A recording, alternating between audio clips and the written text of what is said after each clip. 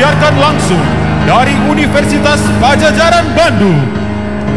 Inilah Hitam Putih Goes to Campus. And this is Minivitas.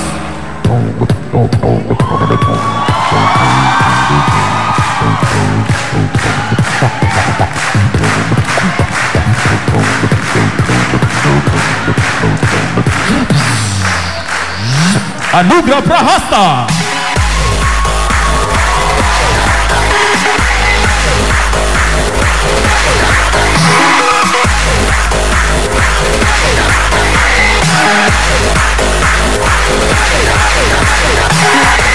Dan mari kita sambut co-host dan host Hitam Putih, Cika Jessica dan Dani Corbuzier.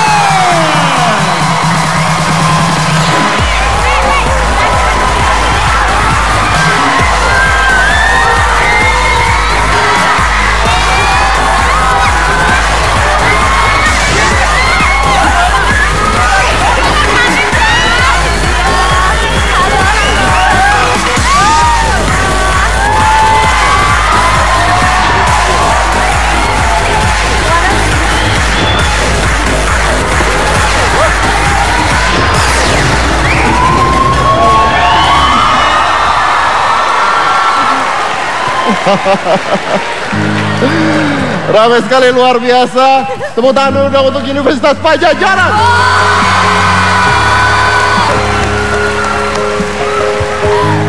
Saya senang sekali malam hari ini berada di sini bersama Cika. Gak terasa ketika saya jalan dari sana sampai ke sini dompet hilang ternyata.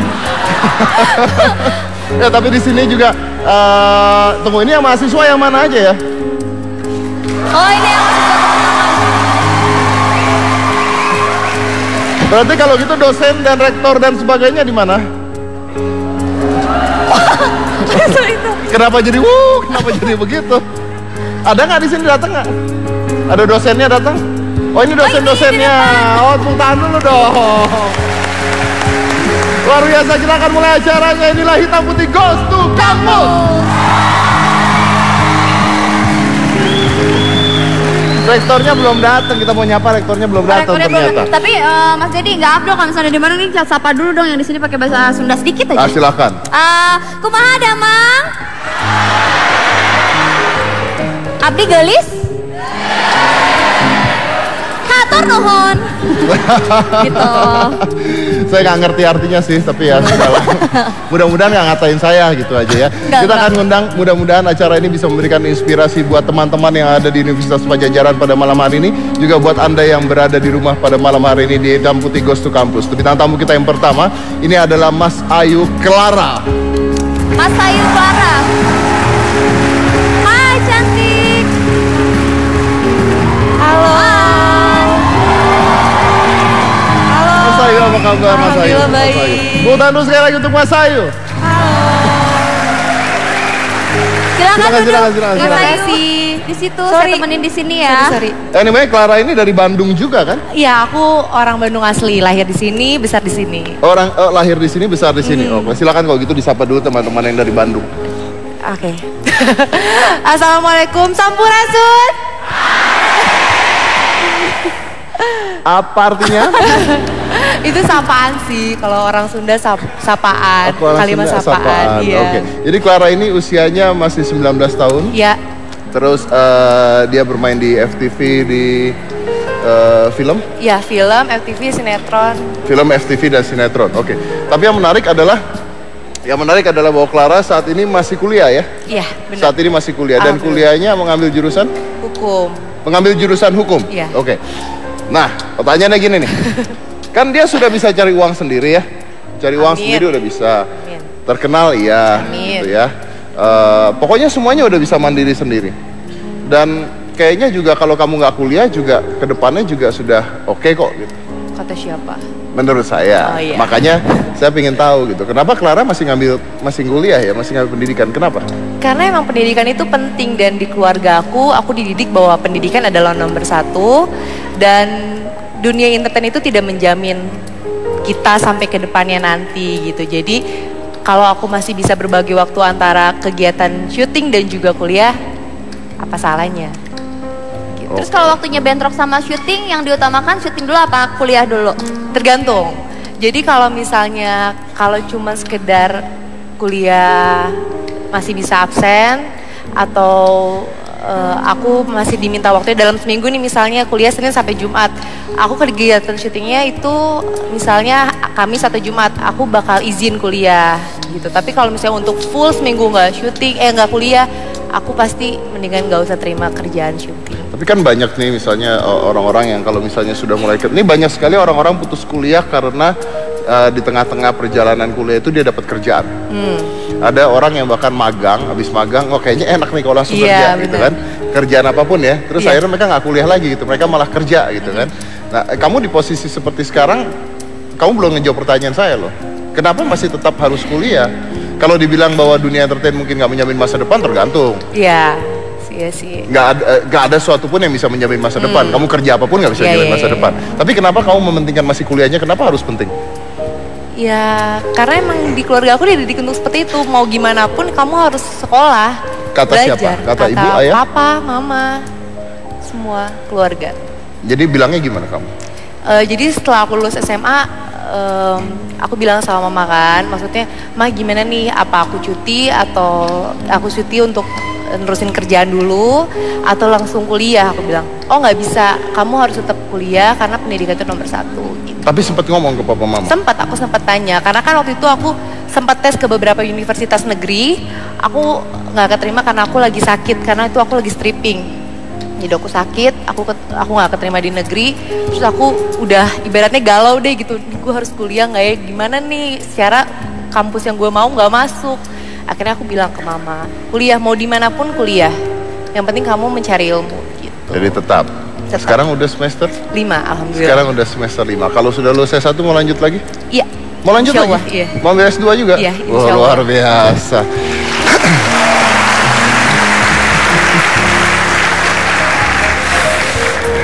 Nih, teman-teman di sini ada yang sambil bekerja nggak sambil kuliah? Nggak, jualan lotek gitu misalnya. Itu juga kerja loh ya. Iya benar. Itu kerja. Tadi artinya bintang tamu ada yang jualan nasi kuning sambil kuliah kan? Oh iya tadi ya, ada. Akhirnya bisa menciptakan mimpinya gara-gara jualan nasi kuning tadi. Ya kan? Terus gini, saya dengar katanya kamu tuh nggak pernah merasa cantik dan seksi. Iya. Iya sih, aku nggak pernah sepede itu. Ya kita tanya dulu penonton. Iya, Mas Ayu Clara tuh mengaku kalau Mas Ayu ini tuh nggak cantik terus nggak seksi. Menurut kalian Mas Ayu Clara cantik nggak? Amin. Amin, doa. Seksi. Kayaknya pada ragu kalau ditanya seksi ya. Ini ada apa ini? Seksi bisa dari muka yang cuman. Oh, Mungkin bisa seksi. Ya. Nah, Mas Ayu gitu gak? Cantik seksi kan ya? amin. Terus kenapa kamu sendiri gak merasa cantik seksi? Aku aja pede aja, aku mah cantik ya. Ya kamu emang cantik kan? Enggak. Cantik. Sebel banget, awas ya, aku follow lo Twitter ya. Aku kalau marah follow-followin orang. Ntar ditagih. Kenapa gak merasa Kenapa? cantik, padahal cantik terus Amin.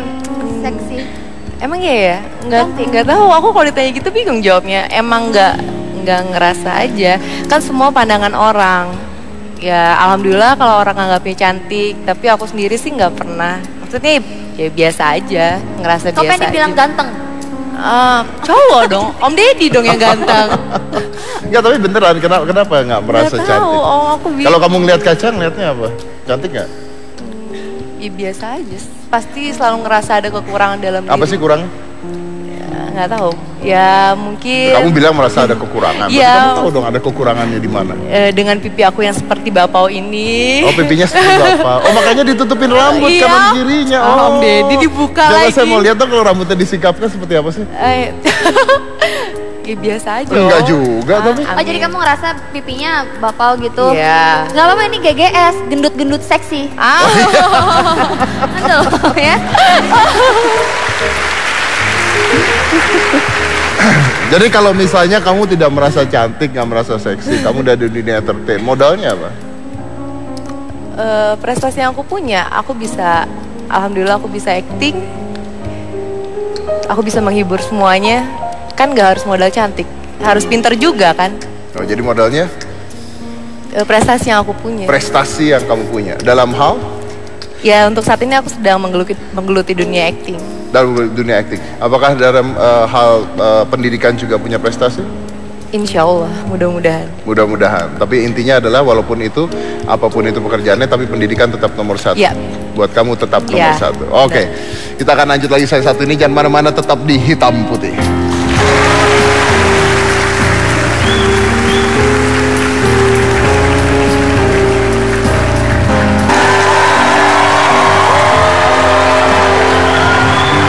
Kita kembali lagi ke Hitam Putih Goes to Campus. Dan sekarang sudah ada Bapak Rektornya, Tri Hanggono Ahmad. Tepuk tangan untuk Pak Rektornya, terima kasih Pak. Terima kasih udah minjemin tempatnya ya Pak ya. Nanti yang bersihin katanya anak-anak kampus setelah itu Pak ya. Terima kasih banyak Pak. Suruh minum dulu dong, ini kan luwak white coffee Mas. Suruh minum dulu tamunya dong ya. Oh minum dulu. Oh, minum dulu. Boleh diminum. Kenapa jadi dia ngatur hidup saya ya? Ayo. Kan acara saya ini. Haus Mas, haus. Iya udah minum. Boleh Minum dicoba dulu. ya? Boleh, silakan. Boleh, Om Didi? Iya boleh. white coffee. Silakan. Aku minum juga nggak? Aku Boleh. minum juga Anu nggak? nggak minum no? Saya ada sasetnya. Oh, Anda biasa minumnya begini berarti ya? Langsung dari saset ya? Enggak Mas. Kan penjualan luwak white coffee laku keras di mana-mana. Saya stok nih. Oh, Anda stok. Di rumah nih. Aku nggak dibagi. Ya, ini buat Cika nih. Saya punya 4, buat kamu 1. Ih, Saya 3 buat di pelit rumah. banget sih tuh cuma dapat 1. Ah, itu juga gratisan lah. Makasih lumayan deh. Dapat gratisan. Terima kasih Anu ya. Oke. Oke, Maya. Tapi karena kita ada di Bandung, kita mau bicara tentang anak-anak Bandung nih. Jadi ternyata boleh.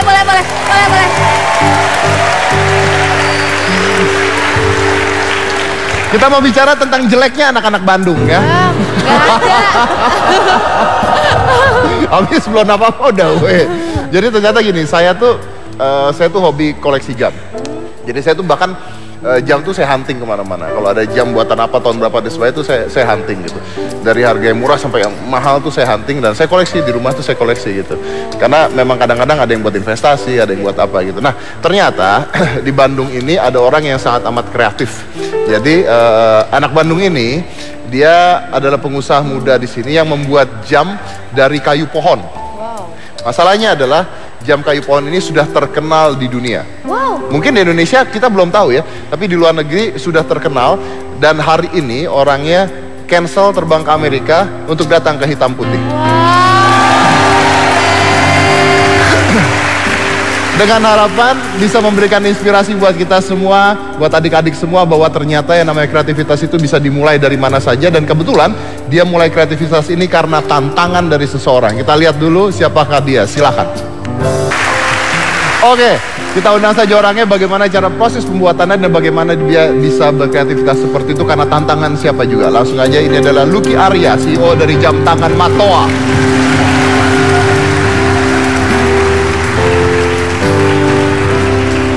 Apa kabar Mas Lucky? Baik.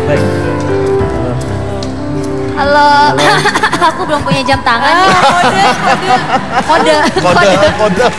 Kodenya. Mas Dedi kan udah pakai jam tangan Benar, ya. benar. Aku juga nggak pakai jam tangan. Oh, Iya. ini yang cewek-cewek kenapa kode-kodean ya? Biar cowok tuh peka. Katanya udah terkenal dua-duanya. Oh ya, cuman jam tangan kayu yang sangat luar biasa ini belum punya. Belum punya, saya juga belum punya kalau begitu. Tapi enggak. Jadi ceritanya, katanya ini adalah sebuah tantangan awalnya. Bisa cerita nggak? Katanya tantangan dari Pak Dino Patijalal. Iya, dulu tahun 2010 kurang lebih. Waktu belum buat Matoa, memang Pak Dino Patijalal kan kebetulan duta besar Indonesia untuk Amerika. Di sana itu memang udah ngetren produk-produk fashion dari kayu. Contohnya kayak jam tangan kayu, kacamata kayu. Sempet nge-tweet dan memang kebetulan saya follow sih waktu itu akun Twitternya. Jadi Pak Dino itu nantang pengusaha-pengusaha di Indonesia kalau bisa buat produk jam tangan kayu atau kacamata kayu atau whatever gitu ya, itu pasti akan bagus karena di sana itu udah jadi UKM nomor 1 di Amerika. Jadi penjualannya udah puluhan ribu kalau di Amerika itu. Dulu memang tahun 2009 sampai 2010 itu kan bisa dibilang produk-produk lokalnya masih belum diminatin ya sama anak-anak muda gitu. Jadi pakai batik tuh masih istilahnya nggak keren. Kalau anak muda kan yang penting keren gitu, baru dipakai. Padahal si Indonesia ini kan penduduknya 60% itu anak-anak muda.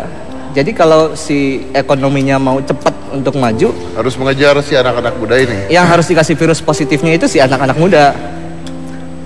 Jadi saya kepikiran untuk waktu itu di Amerika udah banyak.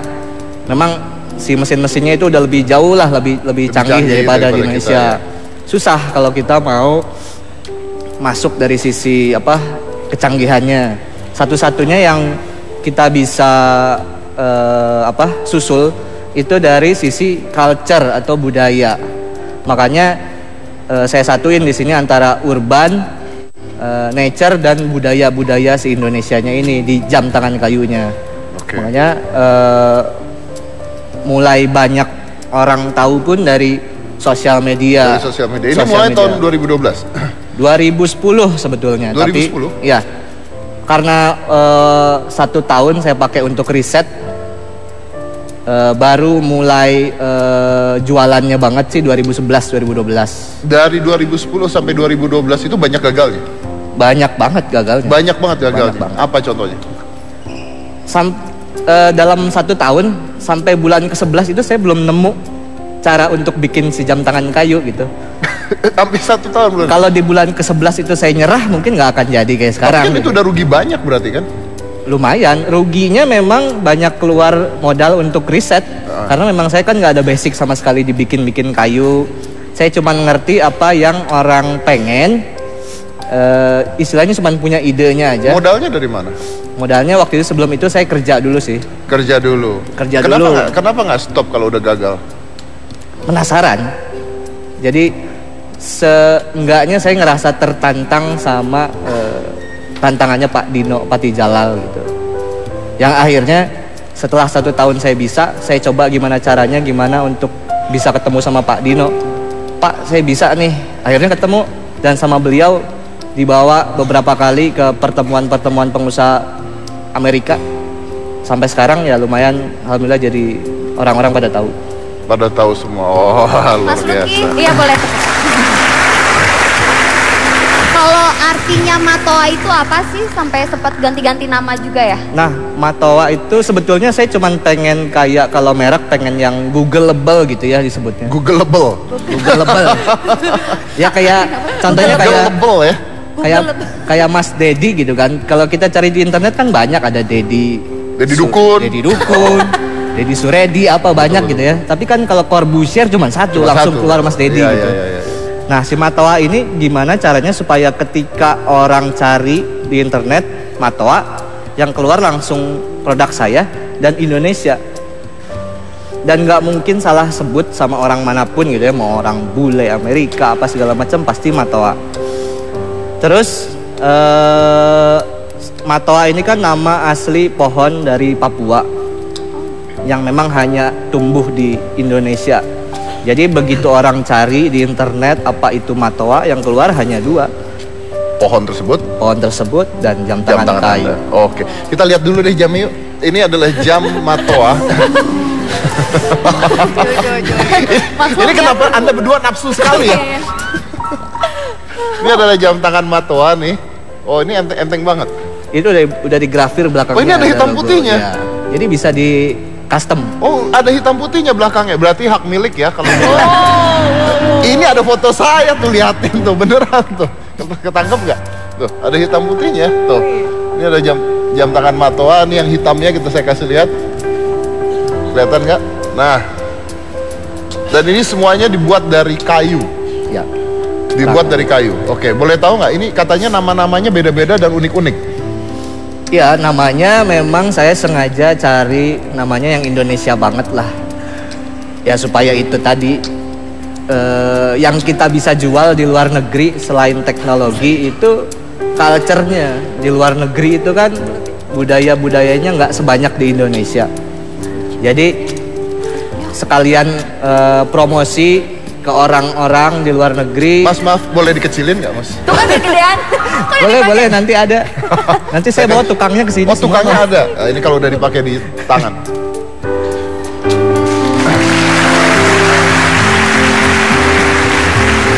Tuh, ada yang nyoba tuh. Nggak bisa dibuka. Biasanya sih kalau udah nempel di tangan tuh nggak bisa dibuka lagi ya. Nggak bisa dibuka lagi Yang ya. aku pakai ini harganya Bisa aja udah hak milik ya. Ternyata bintang tamu saya walaupun dia tidak mengaku cantik ya, tapi mengaku berkreativitas, modalnya otak, wawasan tinggi, tapi matre juga ternyata.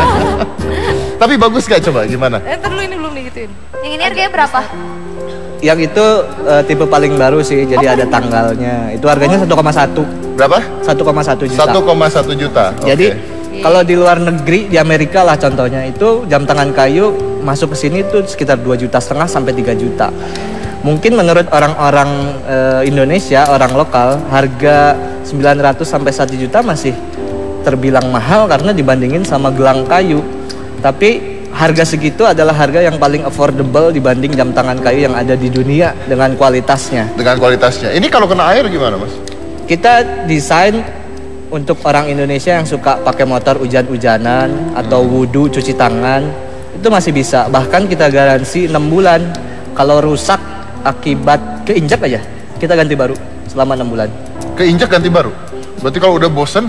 Kalau sebelum 6 bulan, pas udah 5 bulan setengah mungkin injek aja. Iya, bener. Wow, bagus ya. Terus apa sih kelebihannya apa dari jam tangan lain? Kan selain dari I know that ini unik pasti ya. Tapi apa kelebihannya? Apakah mungkin dia baterainya gimana? Baterainya kita pakai mesin jam tangan biasa dari Jepang sih. Memang kita masih impor kalau mesinnya karena belum ada yang buat di Indonesia. Oke. Kelebihannya itu adalah dulu sempat saya mau bikin si jam tangan ini supaya berat karena kan jam tangan mahal. Mesinnya biasanya pakai apa? Miyota. Oke. Jepang. Tapi Miyota itu juga mesin-mesin yang dipakai Jam-jam bermerek. Jam-jam bermerek juga ada yang pakai mesin Miyota. Jadi Miyota itu ada satu perusahaan dari Jepang yang membuat mesin tersebut gitu dan mesin itu dijual kemana-mana siapapun bisa pakai sebenarnya. Oke. Nah saya mau tanya nih kalau kita buat jam dari kayu, artinya lama-kelamaan kayu di Indonesia habis dong. Nah, itu sebetulnya misalkan gini. Saya ada campaign ya, setiap terjual 1.000 piece, 1.000 unit, itu saya akan tanam 1.000 bibit pohon. Padahal untuk memproduksi 1.000 unit itu nggak perlu 1.000 batang pohon. Itu campaign apa sudah dilakukan Mas? Campaign. Belum dilakukan? Kita baru lakukan 1 kali. Jadi memang kita mau kumpulin dulu. Jadi artinya sebetulnya yang salah itu kan adalah penebangan yang habis-habisan untuk yang skala besar gitu ya. Betul. Kalau untuk skala kecil itu mungkin nggak seberapa. Bahkan kalau kita lihat lagi material jam tangan lain kayak misalkan yang bahan karet atau besi, itu kan kalau dilihat yang paling ramah lingkungan adalah yang paling sedikit menggunakan energi untuk memproduksinya. Kalau kayu kan dia tinggal tebang, dibentuk, selesai. Kalau besi, karet itu dia perlu dilebur, apa segala macam. Jadi yang salah itu sebetulnya penebangan secara habis-habisan. Secara habis-habisan Ya. atau secara massal. Ya, betul. Oke. Bagus sih. Kalau yang ini harganya berapa, Mas? Itu 980, diskon 15% lah boleh. Diskon lagi. 50% lah. Pak, Bapak kan orang kaya. Aku aja seleranya bagus 1 juta lebih. Ya, tapi kan kamu cicilan 3 bulan. Tapi bagus loh. Bagus sih. Ini dijual di mana kok di Indonesia? Di Indonesia memang sebagian besar online lewat website dan titip-titip di toko orang. Titip-titip di toko orang. Ya, kalau ekspor kita yang udah ada distributor itu di Singapura, Jepang, Malaysia, Hamburg, Jerman, terus juga di London terakhir. Wow, it's around the world ya. Mas bisa share sama kita semua nggak? Kan dulu awal-awal cuman punya 5 pegawai katanya ya. Sekarang udah punya 30-an. Dulu 2 malah pegawainya, saya dan teman saya, cuma 2 orang. Sekarang udah berapa pegawainya? Sekarang udah kurang lebih 30 lebih lah. Kasih tahu buat semuanya agar bisa sukses seperti Mas.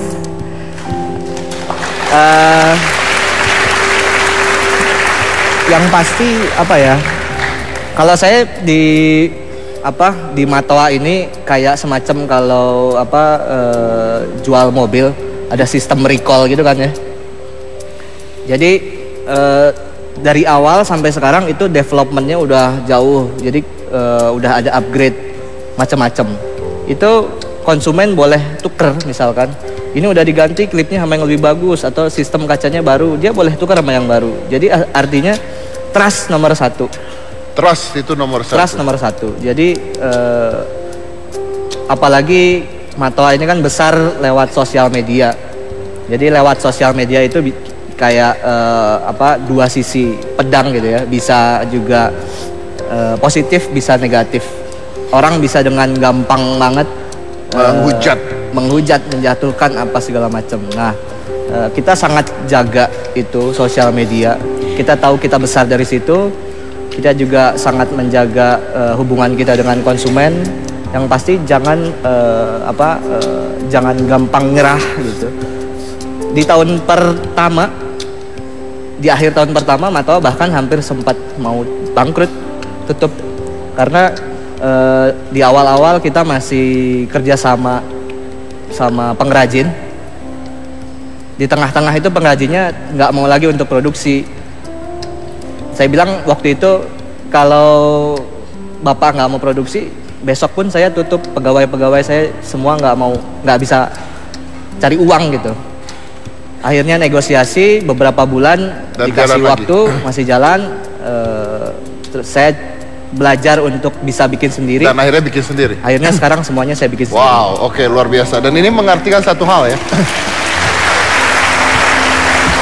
Bahwa kadang-kadang kita dalam hidup tuh dapat tantangan. Dapat tantangan tuh bisa dari siapa aja, bisa dari orang dekat kita, bisa dari musuh kita, dari lawan kita dapat tantangan, atau bahkan dari orang yang tidak dikenal. Contohnya adalah bahkan dapat tantangan dari orang yang bukan menantang dia secara langsung gitu kan ya.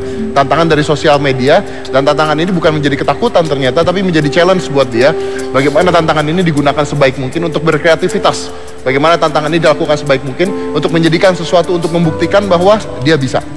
Dan ini adalah hasilnya.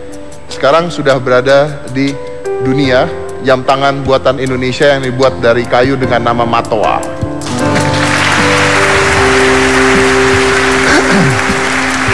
Dan setelah ini saya akan mengundang seorang wanita cantik. Dia juga dapat tantangan katanya dari Pak Ridwan Kamil. Tapi Pak Ridwan Kamilnya nggak datang ke sini, mungkin butuh saya tantang setelah ini supaya datang ke sini. Tapi setelah satu ini jangan mana-mana, tetap di Hitam Putih.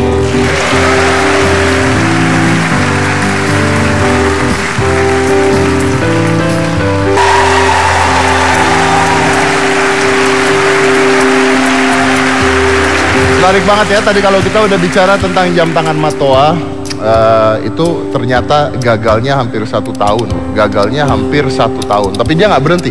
Dia tidak berhenti untuk berusaha terus.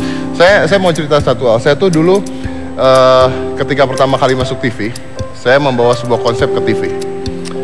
Ketika saya membawa konsep ini ke TV, saya ditolak. Dan ditolaknya itu hampir 2 tahun. Benar-benar hampir 2 tahun. Karena pada saat itu orang TV mengatakan, siapa sih yang menonton sulap?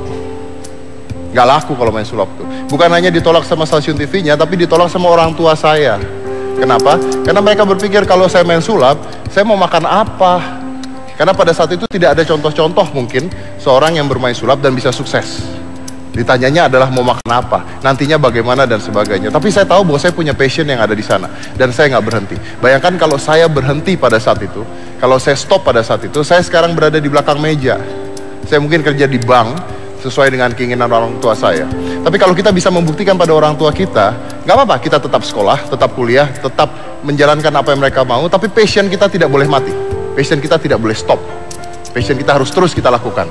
Dengan di sana kita bisa membuktikan ke mereka, nih loh, bahwa apa yang kita mau bisa kita lakukan. Kamu pernah ditolak gak? Pernah Mas Dedi. Aku kan dulu juga sempat kayak casting ke PH gitu.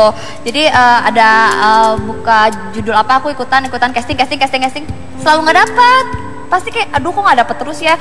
Terus aku kayak berjanji sama sutradaranya, please saya bisa kok, bisa apa ya, nanti kalau misalkan acting aku bakal total. Terus ya udah aku buktiin begitu syuting, terus di lokasi syuting aku di situ menunjukkan totalitas aku di situ acting benar-benar sesuai yang sutradara mau, dan akhirnya mereka senang sampai akhirnya aku dilanjutin lagi di judul-judul berikutnya. Oke. Dan saya yakin banget bahwa banyak adik-adik di sini yang kadang-kadang pasti punya passion. Kita mau jujur, saya mau jujur. Saya mau tunjuk jari siapa yang sebenarnya punya passion sampai sekarang tapi orang tuanya tidak setuju. Siapa coba? Ada? Ada? Ah, itu salah satunya. Ah, banyak sekarang, mulai banyak. Boleh nggak saya tanya, kamu passionnya apa sebenarnya? Ada pakai mic? Teriak aja saya dengar. Kamu punya passion? Masak? Iya, memasak. Nah, tapi saya udah daftar ke salah satu universitas yang udah notabene masak, tapi orang tua saya nggak ngizinin. Ya udah saya ikutin kata orang tua. Ya udah kamu suruh sini.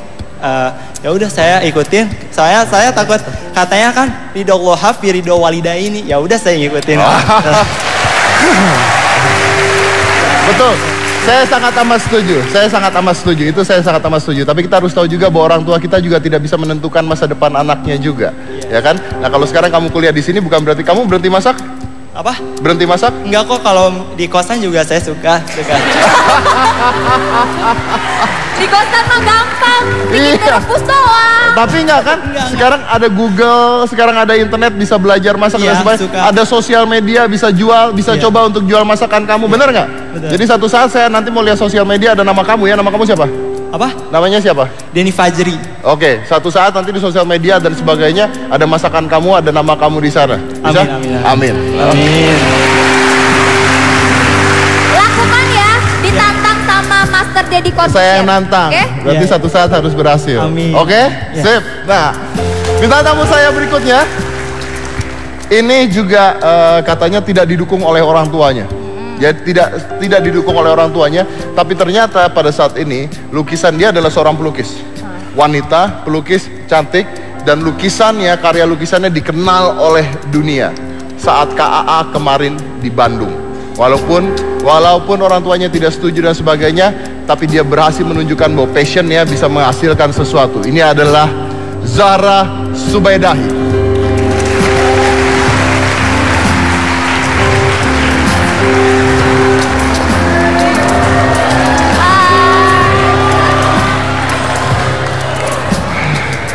Zahra, ini kayaknya bawa sesuatu nih. Iya, oleh-oleh buat Mas Dedi. Oleh-oleh buat saya. Boleh? Boleh. Wah.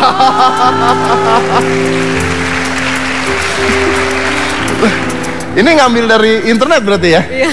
Dan ini dilukis langsung sama Zahra. Iya. Berapa lama untuk melukis ini? Udah mendadak sih, jadi 2 hari. 2 hari? Baru selesai itu tadi siang. Baru selesai tadi siang. Wah. Baru. Tepuk tangan dulu dong buat Zahra. Tunggu. Ya. Tanda tangan kamu yang mana? Oh iya, lupa. Nanti ditambahin lah. Nanti tanda tangan, kalau enggak ntar saya pajang di kamar pikir fotokopian. Aduh, jangan. royalti. Tapi Zahra ini adalah orang yang melukis Bung Karno dan Mandela pada saat KAA kemarin ya, dan akhirnya menjadi pujian dari petinggi-petinggi negara. Gimana kok bisa ikut KAA? Jadi memang awalnya itu nggak disangka-sangka kan, awalnya ke sana itu mau ketemu dengan Pak Ridwan Kamil hanya sekedar untuk minta rekomendasi apa ada jalan untuk Zahra bisa dapat beasiswa melanjutkan sekolah. Kebetulan pas itu posisi Zahra sudah diterima di Glasgow School of Art, sekolah termasuk sekolah seni ternama, alhamdulillah. Tapi kendalanya di dana, dan Zahra sudah ada tekad sendiri bahwa Zahra tidak mau bebanin orang tua lagi. I want to work for the money myself and stuff like that. Jadi you want to do it by yourself. I want to do it by myself, insyaallah. Jadi ya. Kendalanya adalah di dana. Di dana. Oke. Dan dengan hasil lukisan ini? Hasil lukisan ini sih yang paling berharga itu pengalaman ya, karena itu kan jarang sekali, cuma 10 tahun sekali KAA commemorationnya, celebrationnya di Bandung itu cuma 10 tahun sekali. Ya, jadi tapi maksudnya setelah ini apakah terus beasiswanya dapat? Dapat rekomendasi. Jadi masih diusahakan sampai sekarang, udah positif. Zahra pun feeling really positive about everything. Jadi insya Allah minta doanya juga dari semua penonton. Insya Allah mudah cair dan bisa melanjutkan. Bisa melanjutkan ke sana dan mengambil fine art, painting and printmaking. fine art painting. Fine art painting. Wow, oke. Ini saya yakin banget kalau dia mengatakan seperti itu. Mudah-mudahan nanti keterima di luar dan sebagainya. Terus hasil lukisannya juga ada di KA. Saya yakin banget nih hampir sama nih sama kisah saya ini. Pasti orang tuanya nggak setuju nih. Karena kalau namanya tapi saya nggak akan bahas itu dulu sekarang. Saya mau lihat dulu karya-karya dari Zahra ya. Ini adalah karya-karya dari Zahra. Nah, ini adalah gambar Bung Karno dan Nelson Mandela ya. Iya. Ini dilukis selama berapa lama? Itu kurang lebih 4 hari satu ininya. Satu lukisannya 4 hari. Satu lukisannya 4 hari. 4 hari. Dan ini melukis menggunakan teknik apa? Krayon sih, bukan teknik. Jadi cuma realistik aja. Masuknya ke realistic type of work. Jadi menyerupai dengan aslinya. Oke, kamu tuh belajar atau gimana sih? Hobi sih. Bukan Mungkin sekolah? Sekolah baru tekuninya, bener-bener tekuninya ketika sempat sekolah di Norwich. Di situ sempat bener-bener menekuni, tapi dulu tuh hanya sekedar hobi gambar-gambar. Tapi dari kecil sudah hobi melukis? Udah. Dari kecil sudah hobi melukis. Nah, dari kecil sudah hobi melukis, ketika sekolah, ketika kuliah, maunya dimasukin apa sama orang tua? Ya itu. Jadi memang karena mungkin ada keraguan dari Zahranya masih ragu. Jadi orang tua pun ragu mau gimana, what's the best for my my daughter kayak gitu kan. Jadi akhirnya ya bantu, karena Zahra belum bisa meyakinkan diri, orang tua pun menyarikan memberikan banyak opsi. Gimana kalau coba philosophy and economics, gimana kalau coba geografi dan segala macam. Nah, di situ ya waktu masa-masa masih kayak aduh mau ambil apa gitu, masih bingung. Kamu asli Bandung? Asli Bandung. Asli Bandung. Oke. Terus pada saat melukis ini kan akhirnya digunakan di KA. Sempat nggak kamu nggak percaya diri, ini bisa dipakai nggak ya? Ini orang suka nggak ya? Iya, pasti. Itu kayak tantangan terbesarnya sih. Tantangan terbesar meyakinkan diri sendiri bahwa kamu tuh bisa, Zahra, coba gitu, jangan takut. Itu aja sih, lebih kayak keluar dari comfort zone gitu. Dan tantangan itu berasal dari diri sendiri. Dari diri sendiri. Oke. Kita masih punya banyak cerita lagi tentang Zahra, dan pasti saya yakin sekali bisa merubah salah satu dari hidup adik-adik yang ada di sini. Setelah yang satu ini, jangan mana-mana, tetap di Hitam Putih.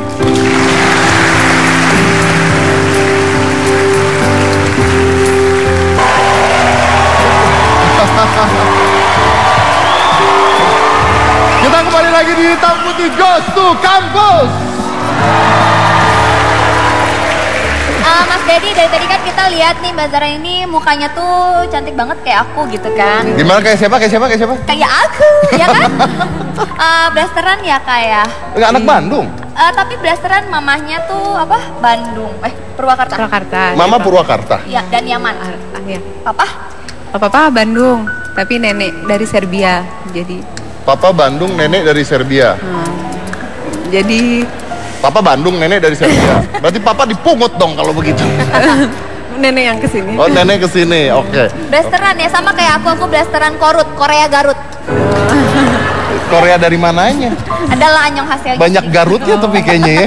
Tapi yang penting aku berprestasi juga sama kayak Kak Zahra. Apa prestasinya? Bisa ngelukis, cuman aku belum berani aja ngeliatin ke kalian. Karena jelek. Kalau Zahra sendiri ketika ngelukis nih, saya mau tahu nih. Jujur ya, orang tua boleh nggak sih? Boleh. Asal Zahranya yakin. Jadi memang awalnya dari diri sendiri kan. Pasti orang tua pengen yang terbaik untuk anaknya. Nah, kalau Zahranya belum yakin, orang tua juga jadi nggak yakin. Nah, waktu itu Zahra nggak yakin bahwa shall I really take art? Shall I do something else yang bakal dapat penghasilan lebih cepat atau bagaimana? Dan di situ ya orang tua mungkin punya cara lain. Banyak orang tua yang mungkin akan langsung melarang, atau misalnya orang tua yang malah memberikan banyak pilihan-pilihan lain. Gimana kalau kamu ambil ini, ambil itu? Nah, kebetulan Zahra itu yang kedua, tipe orang tua yang mereka masih pilihan. Yang mana pada saat itu kayak ideas overload gitu. Aduh, saya mau ambil yang mana? Apa ini? Apa itu? Apa harus art? Apa gimana? Nah, di situ aja sih kesulitannya. Dan malah kamu didukungnya sama guru kamu SMA di Inggris. Iya, betul. Apa yang dia bilang? Mr. Jefferson itu sangat berkesan ya. Yang dia bilang, dia sempat bilang beberapa kali sih kayak Zahra, you will be famous one day. For some reason, gak tahu kenapa. Pokoknya waktu di sana tuh, mungkin dia lihat keunikan Zahra datang dari Indonesia yang jelas beda sekali sama lingkungan Inggris. Di situ ya berkesan aja udah 2 kali. You will be famous one day. Iya. That's what he said. Iya. And you are now, right? I would not like to be famous, but ya mungkin. Kalau kamu ngelihat ya pada saat dulu ngelukis, pasti tantangannya banyak banget. Pasti kalau kamu bilang ragu, pasti karena ada kata-kata pasti kalau ngelukis nih nanti mau ngapain gitu ya kan, pasti kayak gitu kan. Maksudnya nggak banyak loh pelukis yang bisa terkenal, pelukis yang bisa masuk ke AAA. Ending-endingnya kamu bisa ngelukis di tengah jalan. Iya. Banyak, plenty of them. Sama saya ketika saya juga waktu kecil saya bilang I want to be magician gitu kan. Tapi saya nggak punya contoh pada saat itu. Yang ada adalah contohnya adalah tukang sulap badut.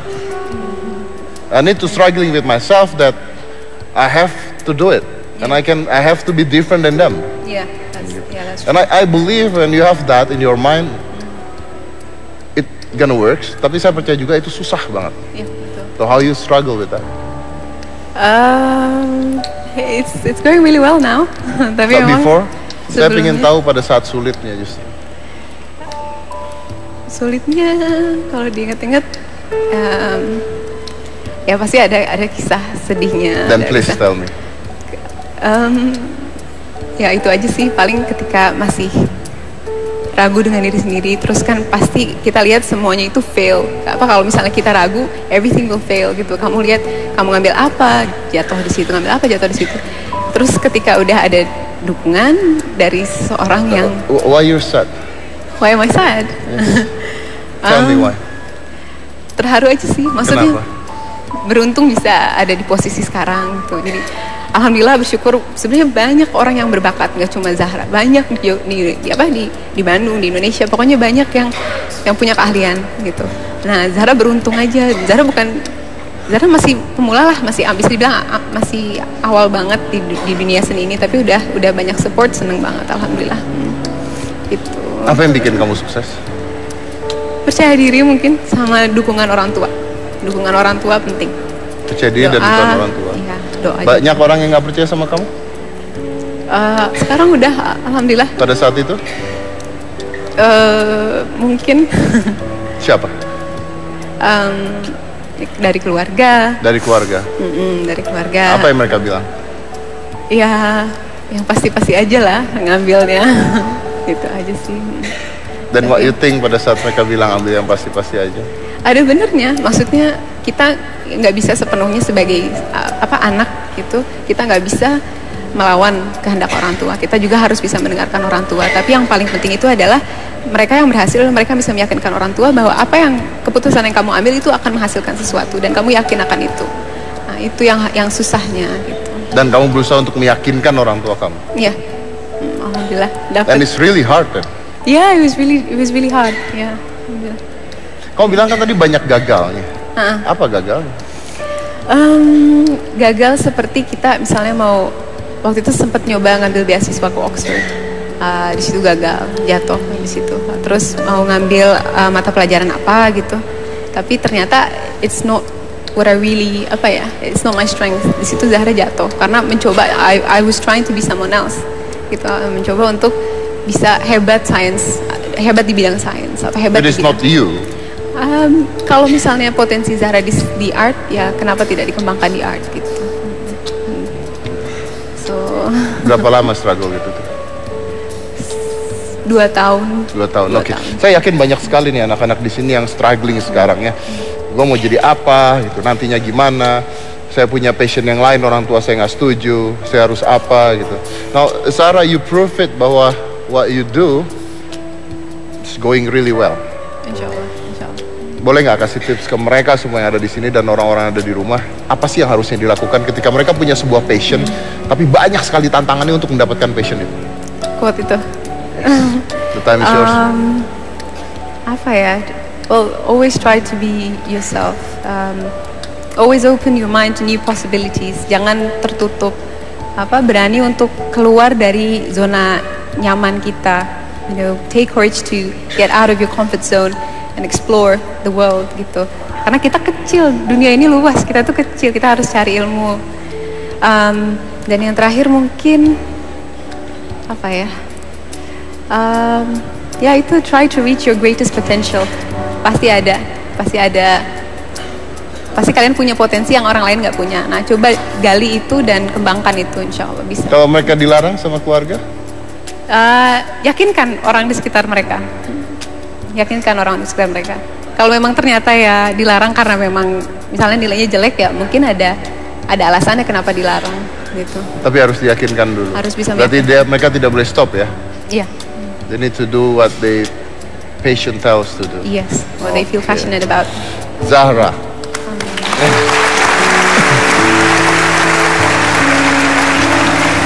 Dan memang benar loh, banyak sekali anak-anak, orang-orang, saya tuh pernah mengatakan gini, saya nggak bicara tentang kalian ya, saya tidak bicara tentang kalian, tapi banyak anak-anak jalanan itu yang sebenarnya passion untuk pendidikan, pingin belajar, pingin apa tuh ada ternyata, tapi mereka nggak punya kemampuan, mereka tidak punya modal, tidak punya duit, dan tidak punya apa-apa. Saya pernah mengatakan sering banget di TV, bagaimana seandainya obat kanker itu ada di otak salah satu dari anak-anak itu, tapi mereka tidak punya kesempatan untuk belajar. Mereka nggak punya kesempatan sama sekali untuk belajar. Tapi bagaimana kalau seandainya obat kanker itu ada di otak salah satu anak tersebut, tapi mereka tidak punya kesempatan.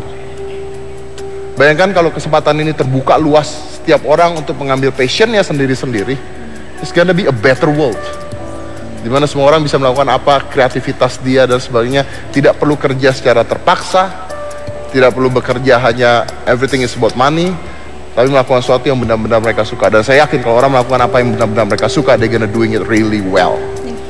And 3 of you have proved that.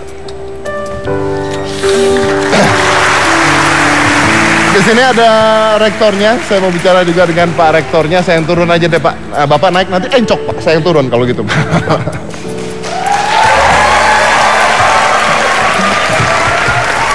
Apa kabar Pak? Baik. Saya dengar bahwa Unpad ini ulang tahun yang ke-58. Betul. Kapan itu Pak? Tanggal 11 September kemarin. Tanggal 11 September kemarin. Ngapain Pak terus? Jadi di kesempatan ulang tahun ke-58 ini kami ingin menegaskan kembali komitmen Unpad untuk bisa berkontribusi lebih kuat pada masyarakat. Caranya kampus hadir di tengah masyarakat, atau kebalikannya masyarakat bisa hadir ke kampus. Sehingga acara hitam putih Goes to Campus ini saya sangat apresiasi. Artinya masyarakat bisa hadir ke kampus.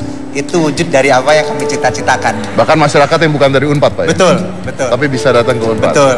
Oke. Dan sisi lainnya kami pun ingin menegaskan kembali komitmen kami untuk dapat terus menjaga nilai-nilai budaya dalam pendekatan akademik. Gitu aja. Pak, saya mau tanya nih, dengan begitu banyaknya persaingan sekarang, dengan begitu banyaknya persaingan dari anak-anak dan sebagainya, pekerjaan pun susah dan sebagainya, apa yang Unpad lakukan yang berbeda dengan kampus-kampus lain? Nah ini, banyak cerita ya, di saat melihat orang berhasil, sama mereka yang sudah lulus dari perguruan tinggi, mereka sering mengatakan, saya bisa begini bukan karena bangku kuliah. Itu tantangan sebetulnya.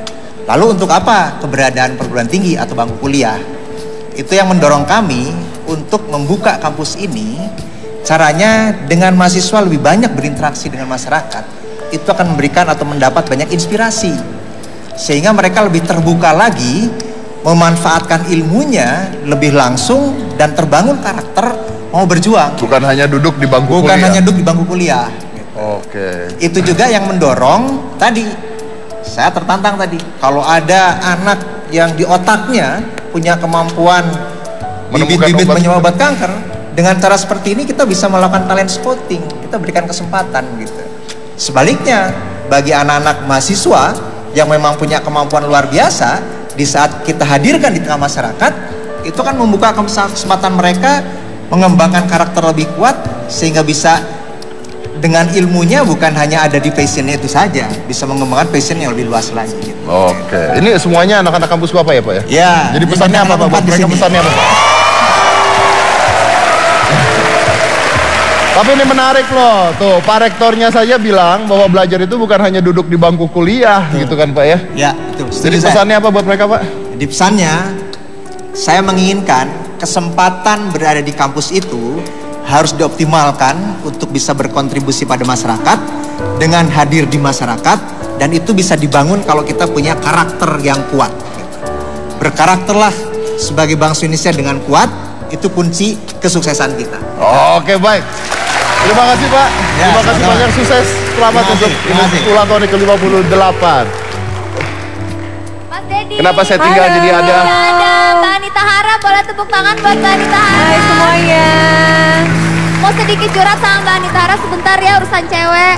Ya, Mbak Anita, aku tuh nih lagi punya masalah kulit wajah gitu, suka panas-panasan di outdoor kayak gitu. Tapi kalau aku ngelihat Mbak Anita tuh makin cantik, kulitnya juga mulus. Kasih tips dong buat aku. Aduh, makasih ya Cika ya. Namanya kita sebagai wanita, pastinya kita harus melakukan perawatan kulit. Itu harus banget, Cik. Nah, perawatan kulit itu bukan cuma dari luar, tapi juga harus dari dalam. Aku juga dari dalam aku minum air putih banyak, terus makan buah-buahan sama makan sayur-sayuran juga. Tapi apa yang kurang ya? Kalau itu udah bener memang, tapi pastinya kulit kita juga perlu suplemen yang lengkap agar kulit kita juga memiliki kandungan untuk membuat kulit kita supaya lembab. Perawatan dari dalam. Makanya setiap hari saya selalu menggunakan ini loh, Nuriskin Ultimate. Oh gitu. Terus emang apa bedanya Nuriskin Ultimate ini yang biasa Mbak Anita konsumsi sama produk sejenisnya? Bedanya apa? Nuriskin Ultimate ini yang membedakan itu karena Nuriskin Ultimate ini memiliki kandungan yang sangat lengkap. Nutrisinya ada nutrisinya itu ada marine protein dan juga kolagen untuk mengencangkan kulit, dan juga mengandung antioksidan, yaitu ada OPC, SOD dan juga lycopene, dan green tea untuk mengatasi flek hitam, dan juga mengandung yang namanya herbal pelembab, dan itu fungsinya untuk melembabkan kulit kita secara dari dalam terus menerus. Jadi kulit kita bisa lembab terus, Cika. Oh gitu. Nah terus cara minumnya gimana tuh? Minumnya tuh gampang banget. Jadi untuk kita bisa minum dalam waktu 2 bulan. Jadi 1 tablet setelah makan siang, dan kemudian 1 tablet setelah makan malam. Dan untuk bulan ketiga dan berikutnya hanya minum 1 tablet setelah makan malam. Wah, gampang kan? Gampang sih. Karena itu yang lebih penting lagi nih. Apa tuh? Karena kelembapan dan juga antioksidannya itu lebih tinggi, yaitu 50 kali vitamin E dan juga 20 kali vitamin C. Oleh karena itu Nuriskin Ultimate dapat mengatasi flek hitam dan juga kerutan. Terus apa lagi? Hebat banget ya. Belum lagi nih, ada lagi kandungannya. Ini nih kandungannya, hyaluronic acid, yaitu fungsinya untuk mengikat air 1000 kali dari kandungan alaminya. Nah, oleh karena itu bisa cocok buat kulit yang kering dan juga kulit normal. Oh gitu. Terus. Wah, apalagi nih ya, Nuriskin alami, bahannya tuh alami 100%, sehingga aman sekali digunakan untuk jangka panjang karena tidak akan mengakibatkan alergi dan juga penyakit lambung, dan apalagi kalau misalnya tidak ada efek samping. Dan ini untuk wanita nih, gak usah takut gemuk. Oh ya? Iya. Wah, itu cocok banget kan? Belum lagi nih ya, bisa digunakan oleh pria dan juga wanita, usia dewasa hingga lanjut usia. Dan kita juga bisa pilih, ada kemasan yang 15 tablet, 30 tablet, dan juga 60 tablet. Sesuai dengan kebutuhan kita aja. Gitu. Nah terus nih Mbak Anita, di antara banyak pilihan suplemen lain, kenapa harus memilih Nuriskin Ultimate ini? Kamu tahu kan, Nggak Cika? tahu. Aku ini wanita yang suka pilih-pilih banget loh. Picky dong. Apalagi buat kulit kita sendiri. Nah, kalau buat perawatan kulit, pasti kita cari perawatan kulit yang terbaik. Ya, Nuriskin Ultimate. Karena Nuriskin Ultimate ini adalah sudah pilihan wanita Indonesia selama 10 tahun. Ya, dia yang terbaik. Makanya harus terus dipakai karena dia dapat mengatasi flek hitam dan juga kerutan. Wah, semoga informasinya bisa ini ya buat cewek-cewek yang pengen kulitnya lembab. Yaudah kalau gitu mendingan sekarang kita bagi-bagi hadiah buat yang ada di sini semua. Siapa yang mau hadiah? Wow, siapa yang mau hadiah 2 juta rupiah? 2 juta rupiah siapa yang mau? Pada mau. Yaudah kalau gitu Kak, kita kasih hadiah silakan. Oke. Kita di sini aja apa di bawah? Kita di sini dulu ya. Kita di sini aja ya. Oh kita turun. Oh di sini dulu. Oke. Ya kita kasih. Mas Teddy, aku udah selesai curhatnya, tapi kita mau bagi-bagi hadiah. Sabar ya Mas Ded, aku mau kasih hadiah buat penonton di sini. Siapa yang mau hadiah di sini? Oke ya, nanti kalau Anita bilang suplemen perawatan kulit dari dalam untuk mengatasi flek hitam dan kerutan, penonton yang mau jawab harus ngomong hanya Nuriskin Ultimate, bukan yang lain. Apa? Harus Nuriskin Ultimate, bukan yang lain. Siap-siap ya, simak Siap pertanyaannya. Silakan Kak Anita. Oke, aku bacain pertanyaannya ya. Bagi yang tahu langsung harus jawab. Nuriskin Ultimate, bukan yang lain. Nuriskin Ultimate mengandung unsur nutrisi, antioksidan, dan herbal pelembab yang diminum sehari. A. 2 tablet pagi dan malam. B. 10 tablet pagi dan malam. Siapa? Ini harus ditunjuk. Ayo yang mana? Yang mana? Yang Harus mana? ditunjuk. 2 juta rupiah. Itu yang mana? Yang mana? Itu kayaknya yang cewek yang sebelah pink ya. Iya. Yang cewek ya. Cewek ya. Itu. Ini cewek itu udah. Cewek. Itu tuh. Udah itu. Ya, udah pegang mic ya. Kita di sini aja ya. Oke. Ya, Mbak, namanya siapa? Wulan dari Fakultas Hukum Universitas Pajajaran.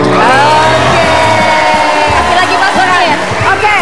Tadi udah tahu kan passwordnya ya. Kalau Anita bilang suplemen perawatan kulit dari dalam untuk mengatasi flek hitam dan kerutan, Hanya Nuriskin Ultimate, bukan yang lain. yeay, selamat ya. Nah, untuk jawabannya apa? A. 2 tablet pagi dan malam. Wah, selamat Wulan, dapat 2 juta rupiah.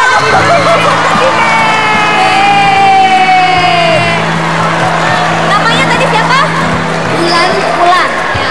Oke, Selamat ya Wulan, dapat 2 juta rupiah dari Nuriskin Ultimate. Wah, makasih Mbak Anita kesini malah bagi-bagi hadiah. Sama-sama. Ya, itu Wulan yang menang. Kenapa mak-mak di belakangnya pada teriak-teriak semua? Coba lihat. Mungkin yang bisikin jawabannya. Kita Oke. bisa duduk lagi silakan. Silakan. Di situ lagi. Anita. Lumayan buat beli batagor. Enggak dong, jangan. Apa? Gua beli jam Matoa dong. Oh, iya jam Matoa. dong. Bawa jamnya ke sini, Mas. Nanti saya lihat-lihat habis ini ya. Oke, siap. Tapi it's been great. Thank you very much for everyone yang datang ke sini. Mudah-mudahan bisa memberikan inspirasi yang besar sekali buat teman-teman yang ada di kampus universitas ini. Juga mereka yang ada di rumah yang sedang menyaksikan Hitam Putih Goes to Campus.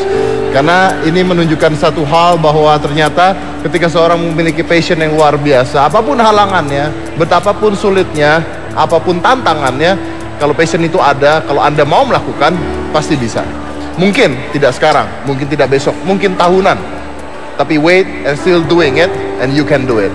Saya akan tutup dengan quote saya biasanya, tapi karena saya dapat itu dari Zahra, so I let you to close the show. Ya, jadi kalau dari saya pakai bahasa Inggris saja ya. Always open to new possibilities. Also take enough courage for you to get out of your comfort zone and explore the world. Dan yang terakhir, always try your best to reach your greatest potential. Okay, so it's always open to new possibilities. Take courage to get out of your own comfort zone and try to reach our greatest potential. Saya dari Komisi Cika Jessica, inilah Hitam Putih Goes to Campus.